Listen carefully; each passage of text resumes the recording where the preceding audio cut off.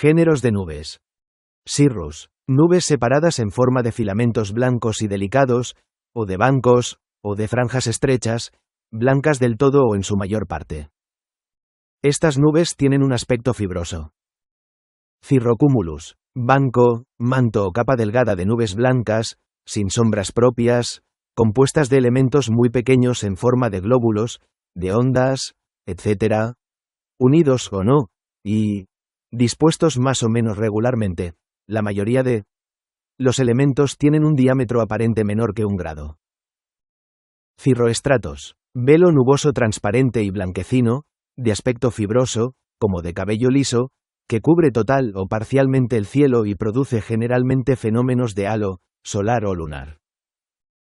Altocumulus. Banco, o manto o capa de nubes blancas o grises, o a la vez blancas y grises, que tienen generalmente sombras propias, compuestas de losetas, guijarros, rodillos, etc. De aspecto, a veces, parcialmente fibroso o difuso, unidos o no. La mayoría de los pequeños elementos que están dispuestos regularmente tienen, por lo general, un diámetro aparente comprendido entre 1 y 5 grados. Altostratus. Manto o capa nubosa grisácea o azulada, de aspecto estriado, fibroso o uniforme, que cubre total o parcialmente el cielo y que presenta partes suficientemente delgadas para dejar ver el sol, al menos vagamente, como a través de un vidrio deslustrado. El altostratus no da lugar a fenómenos de halo. Nimbostratus. Capa nubosa gris, frecuentemente sombría, cuyo aspecto resulta velado por las precipitaciones más o menos continuas de lluvia o de nieve, las cuales, en la mayoría de los casos, llegan al suelo. El espesor de esta capa es, en toda su extensión, suficiente para ocultar completamente el sol. Por debajo de la capa existe frecuentemente nubes bajas, desgarradas, unidas o no con aquella. Stratocumulus. Banco, manto o capa de nubes grises o blanquecinas, o ambos colores a la vez, que tienen casi siempre partes oscuras, compuestas de losas, bigarros, rodillos, etc. De aspecto no fibroso, salvo el caso virga. Unidos o no, la mayoría de los pequeños elementos, que están dispuestos regularmente, tienen un diámetro aparente mayor que 5 grados. Stratus. Capa nubosa generalmente gris, con base bastante uniforme, que puede dar lugar a llovizna, prismas de hielo o cinarra. Cuando el sol es visible a través de la capa, su contorno se distingue netamente. El stratus no produce fenómenos de halo, salvo eventualmente a muy bajas temperaturas. A veces el stratus se presenta en forma de bancos desgarrados. Cumulus. Nubes aisladas, generalmente densas y con contornos bien delimitados, que se desarrollan verticalmente en protuberancias, cúpulas o torres, cuya grumosa parte superior se asemeja a menudo a una coliflor. Las porciones de estas nubes iluminadas por el sol con casi siempre blancas y brillantes, su base, relativamente oscura, es sensiblemente horizontal, los cúmulus están a veces desgarrados. Cumulonimbus. Nube densa y potente, de considerable dimensión vertical, en forma de montaña o de enormes torres. Una parte al menos de su región superior es generalmente lisa, fibrosa o estriada y casi siempre aplanada. Esta parte se extiende frecuentemente en forma de yunque o de vasto penacho. Por debajo de la base de esta nube, a menudo muy oscura, existen con frecuencia nubes desgarradas, unidas o no con ella, y precipitaciones en forma de chubascos. Especies de nubes. Fibratus. Nubes separadas o velo nuboso delgado, compuestas de filamentos sensiblemente rectilíneo o curvados más o menos irregularmente, sin que terminen en ganchos ni en penachos. Este término se aplica principalmente a los cirrus y a los cirrostratus. Uncinus. Cirrus, a menudo en forma de comas, terminados hacia arriba por un gancho o por un penacho, cuya parte superior no tienen la forma de protuberancia redondeada. Spisatus. Cirrus, cuyo espesor óptico es suficiente para parecer grisáceos cuando se encuentran en dirección del sol. Castellanus. Nubes que presentan, al menos en una parte de su región superior, protuberancias cumuliformes en forma de pequeñas torres, lo que da generalmente a estas nubes un aspecto almenado. Estas pequeñas torres, de las cuales algunas son más altas que anchas, Se asientan sobre una base común y parece dispuestas en líneas. El carácter castellanus aparece especialmente cuando las nubes se observan de perfil. Este término se aplica a los cirrus, cirrocumulus, altocumulus y a los stratocumulus.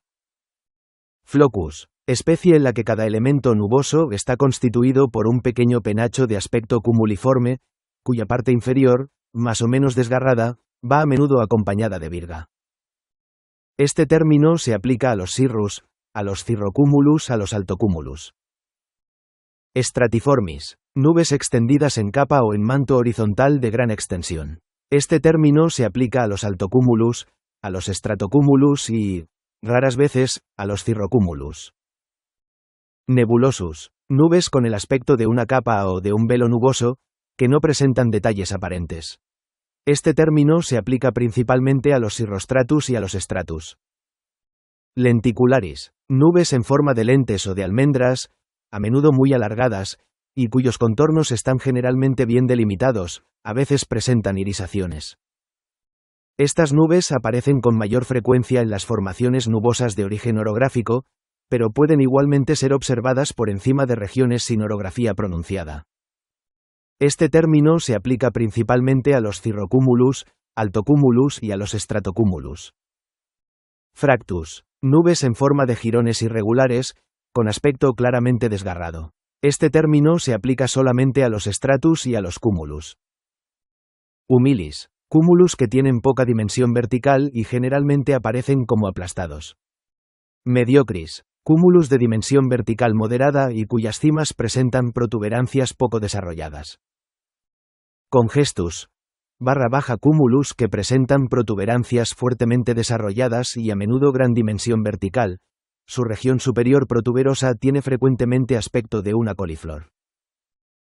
Calvus, cumulonimbus en los cuales algunas protuberancias, al menos de su región superior, han comenzado a perder sus contornos cumuliformes, pero en la que no puede distinguirse ninguna parte curriforme.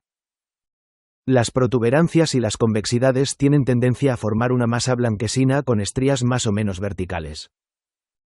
Capillatus, cumulonimbus caracterizados por la presencia, principalmente en su región superior, de porciones netamente cirriformes de estructura manifiestamente fibrosa o estriada, que tiene a menudo la forma de un yunque, de un penacho o de una amplia cabellera más o menos desordenada. Este tipo de nube generalmente da lugar a chubascos o a tormentas eléctricas acompañadas algunas veces de turbonadas y otras de granizo, frecuentemente produce virga bien definida. Volutus, nube enrollada, término que en latín significa rodado, que se forma en el seno de los géneros altocumulus y stratocumulus y describe una masa nubosa en forma de tubo horizontal, alargada y típicamente baja que parece enrollarse en un eje horizontal. Variedades de nubes.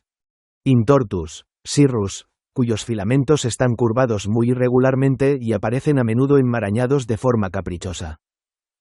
Vertebratus, nubes cuyos elementos están dispuestos de tal manera que su aspecto recuerda el de los vertebrados, costillas o el de un esqueleto de pez. Este término se aplica principalmente a los cirrus. Undulatus, nubes en bancos, mantos o capas que presentan ondulaciones. Estas ondulaciones pueden ser observadas en una capa nubosa bastante uniforme o en nubes compuestas de elementos unidos o no. Algunas veces presentan un sistema doble de ondulaciones. Radiatus, nubes que presentan anchas bandas paralelas que, a consecuencia del efecto de perspectiva, parecen converger hacia un punto del horizonte o, cuando las bandas atraviesan enteramente el cielo, hacia dos puntos opuestos llamados puntos de radiación. Este término se aplica principalmente a los cirrus, altocumulus, altostratus, stratocumulus y a los cúmulos. Lacunosus, nubes en bancos, mantos o capas, generalmente bastante delgadas caracterizadas por la presencia de huecos limpios y redondos, repartidos más o menos regularmente, y de los que muchos tienen bordes irregulares. Los elementos nubosos y las partes despejadas están a menudo dispuestas de tal manera que su aspecto recuerda el de una malla o el de un panal de miel. Este término se aplica principalmente a los cirrocumulus y a los altocumulus, igualmente puede aplicarse, aunque rara vez, a los stratocumulus. Duplicatus, nubes en bancos, mantos o capas superpuestas, situadas a niveles poco diferentes y a veces parcialmente unidos. Este término se aplica principalmente a los cirrus, cirrostratus, altocumulus, altostratus, stratocumulus y stratus. Translucidus. Nubes en un extenso banco, manto o capa, cuya mayor parte es suficientemente translúcida para dejar percibir la posición del Sol o de la Luna. Este término se aplica a los altocumulus, altostratus, stratocumulus y stratus. Perlucidus. Nubes en un extenso banco, manto o capa que presentan intersticios bien marcados, pero a veces muy pequeños entre sus elementos. Estos intersticios permiten percibir el Sol, la Luna, el azul del cielo o nubes situadas por encima. Este término se aplica a los altocumulus y a los stratocumulus. Opacus. Nubes en un extenso banco, manto o capa, cuya mayor parte es lo suficientemente opaca para ocultar completamente el Sol o la Luna. Este término se aplica a los altocumulus, altostratus, stratocumulus y a los stratus. Funciones complementarias y nubes anejas. Incus. Región superior de un cumulonimbus, estratificado en forma de yunque, de aspecto liso, fibroso o estriado. Mama. Protuberancias colgantes de la superficie inferior de una nube y con aspecto de mamas. Esta particularidad suplementaria se presenta muy a menudo con los cirrus, cirrocumulus, altocumulus, altostratus, stratocumulus y los cumulonimbus. Virga. Precipitación, vertical u oblicua, contigua a la superficie inferior de una nube y que no alcanza la superficie del suelo. Esta particularidad suplementaria se presenta muy a menudo con los cirrocumulus, los altocumulus, altostratus, nimbostratus, stratocumulus, cumulus y los cumulonimbus. Praecipitatio. Precipitación, lluvia, llovizna, nieve, hielo granulado, granizo menudo y duro, granizo, etc., que cae de una nube y llega a la superficie del suelo. Esta particularidad suplementaria se presenta muy a menudo con los altostratus, los nimbostratus, los stratocumulus, los stratus, los cumulus y los cumulonimbus. Arcus. Rulo horizontal y denso que tiene los bordes más o menos desordenados, situado por delante de la parte inferior de ciertas nubes, y presenta cuando es extenso el aspecto de un arco sombrío y amenazador. Esta particularidad suplementaria se presenta con los cumulonimbus y rara vez con los cumulus.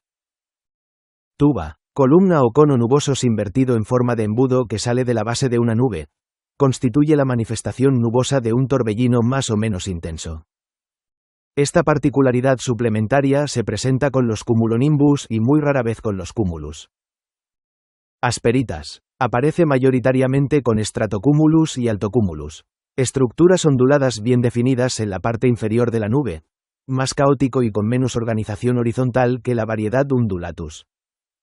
Según los niveles de iluminación y espesor de la nube se pueden producir espectaculares efectos visuales. Fluctus. Formaciones de onda de vida relativamente corta, generalmente en la superficie superior de la nube, en forma de rizos u olas rompientes.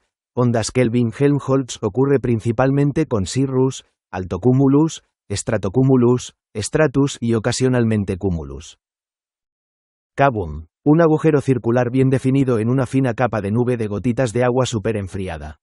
Generalmente, virga o volutas de cirrus caen desde la parte central del agujero, el cual va creciendo con el tiempo.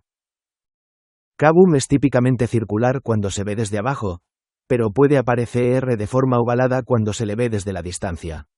Cuando es una consecuencia de la interacción de una aeronave con la nube, es lineal, en forma de un camino de disipación y se va ensanchando progresivamente. Normalmente, desde este camino de disipación de la nube cae precipitación en forma de virga. Aparece en altocumulus y cirrocumulus y raramente en stratocumulus. Murus. Una nube que sale de la base de un cumulonimbus bien localizada, persistente, y, a menudo con abrupto descenso nuboso y de la cual se forman tubas, nube embudí tornados o mangas marina. Nombre común. Nube pared, wall cloud. Cauda. Una nube horizontal en forma de cola, no un embudo en niveles bajos que se extiende desde la supercélula cumulonimbus hasta el murus, nube de pared. Comúnmente conocido como una nube de cola. Nubes accesorias. 1. Pileus. Nube aneja de poca extensión horizontal, en forma de gorro o de capuchón. Esta nube se sitúa sobre la cima de una nube cumuliforme o está contigua a su región superior que, a menudo, la traspasa. Con bastante frecuencia se puede observar varios pileus superpuestos. Los pileus se presentan principalmente con los cumulus y los cumulonimbus. 2. Velum. Velo nuboso anejo de gran extensión horizontal, situado ligeramente arriba de las cimas de una o varias nubes cumuliformes o contiguo a sus regiones altas que, con frecuencia, lo perforan. El velum se presenta principalmente con los cumulus y los cumulonimbus. 3. Panus. Jirones desgarrados que constituyen a veces una capa continua que aparecen por debajo de otra nube y puede unirse con ella. Esta nube aneja se presenta con frecuencia con los altostratus, nimbostratus, cumulus y los cumulonimbus. 4. Flumen. Conocida habitualmente como cola de castor, se asocia a las tormentas convectivas de fuerte intensidad que generan supercélulas. Nubes especiales. 1. Flamagenitus. Nubes que se pueden desarrollar como consecuencia de la convección iniciada por el calor de incendios forestales o actividad volcánica. 2. Homogenitus. Se desarrollan como consecuencia de la actividad humana, en concreto de procesos industriales, sistemas de refrigeración de centrales térmicas o nucleares. 3. Estelas de condensación. De aeronaves que persisten, al menos, 10 minutos. 4. Homomutatus. Las estelas persistentes, Cirrus homogenitus, pueden observarse, durante un periodo de tiempo y bajo la influencia de fuertes vientos en la atmósfera superior, para crecer y extenderse sobre una porción más grande del cielo, y experimentar una transformación interna tal que la nube toma la apariencia de nubes naturales. 5. Cataractagenitus. Las nubes pueden desarrollarse localmente en las proximidades de grandes cascadas como consecuencia de la ruptura del agua en forma de salpicaduras por las cataratas. La corriente descendente causada por la caída de agua se compensa con el movimiento ascendente local del aire. 6. Silvagenitus. Las nubes pueden desarrollarse localmente sobre los bosques como resultado del aumento de la humedad debido a la evaporación y evapotranspiración de las copas de los árboles. Nubes atmosféricas superiores. 1. Nubes nacaradas. Nubes estratosféricas polares de hielo, también conocidas como nubes de madreperla. Nubes que se asemejan a cirrus o altocumulus lenticularis y que muestran una iridiscencia muy marcada, similar a la de la madreperla. Los colores más brillantes se observan cuando el sol está varios grados debajo del horizonte. 2. Nubes estratosféricas polares de agua y ácido nítrico. Nubes estratosféricas con partículas más pequeñas y menos numerosas que una nube estratosférica polar de hielo, y que existen a temperaturas de hasta 6 grados por encima del punto de fusión del hielo, y que contienen hidratos sólidos o gotas de solución líquida de ácido nítrico y agua. 3. Nubes noctilucentes, nubes mesosféricas polares. Nubes que se asemejan al cirrus, pero generalmente con un color azulado o plateado. Se destacan contra el cielo nocturno oscuro bien pasado el atardecer de verano, porque están en la mesosfera. Nubes bandera. Stratus fractus.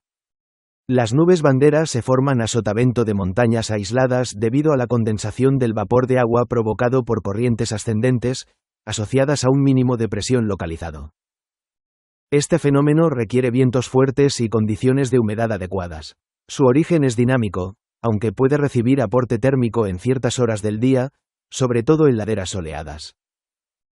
No deben confundirse con penachos de nieve, más translúcidos y causados por viento fuerte.